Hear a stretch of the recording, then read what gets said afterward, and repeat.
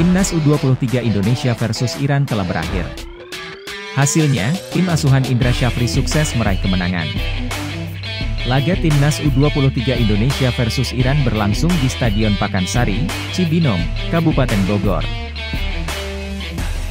Pada laga ini, Timnas U23 Indonesia meraih kemenangan 2-1 atas Iran berkat gol Muhammad Rafli dan Egy Maulana Fikri. Adapun gol sematawayang Iran dicetak oleh Reza Shekari Gezelgayev. Ini menjadi kemenangan pertama Timnas U23 Indonesia dari 5 laga uji coba internasional. Para pemain Iran langsung berinisiatif menyerang pada awal babak pertama. Namun, para pemain belakang Timnas U23 Indonesia masih tampil sigap. Hingga 15 menit pertama, belum ada peluang membahayakan dari kedua kubu. Bola masih sering berkutat di lini tengah. Peluang baru tercipta pada menit ke-22. Iran nyaris mencetak gol lewat tandukan Reza Shekari Gezelgayev.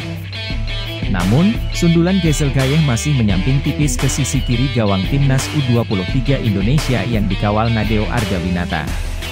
Iran kembali punya kesempatan emas pada menit ke-27, kali ini lewat tendangan dari luar kotak penalti Gezelgayev. Tembakan tersebut masih bisa ditepis oleh Nadeo yang kemudian menghasilkan tendangan sudut. Pada menit ke-32, Timnas U23 Indonesia akhirnya memecahkan kebuntuan melalui Muhammad Rafli. Gol ini berawal dari kesalahan kiper Iran, Merai Esmailili Esfahani, yang sebenarnya hendak menghalau bola. Namun, alih-alih terhalau, bola malah jatuh ke kaki Rafli yang kemudian menggiring bola dengan cepat ke kotak penalti. Rafli lalu melepaskan tembakan ke gawang Iran setelah mengecoh salah satu bek Iran. Timnas U23 unggul 1-0. Pada menit ke-36, Feby Eka Putra melakukan pelanggaran terhadap pemain Iran di kotak penalti. Wasit kemudian langsung menunjuk titik putih. Gezelgayev yang ditunjuk sebagai eksekutor penalti sukses menjalankan tugasnya. Ia melepaskan tendangan ke sisi kiri gawang Nadeo.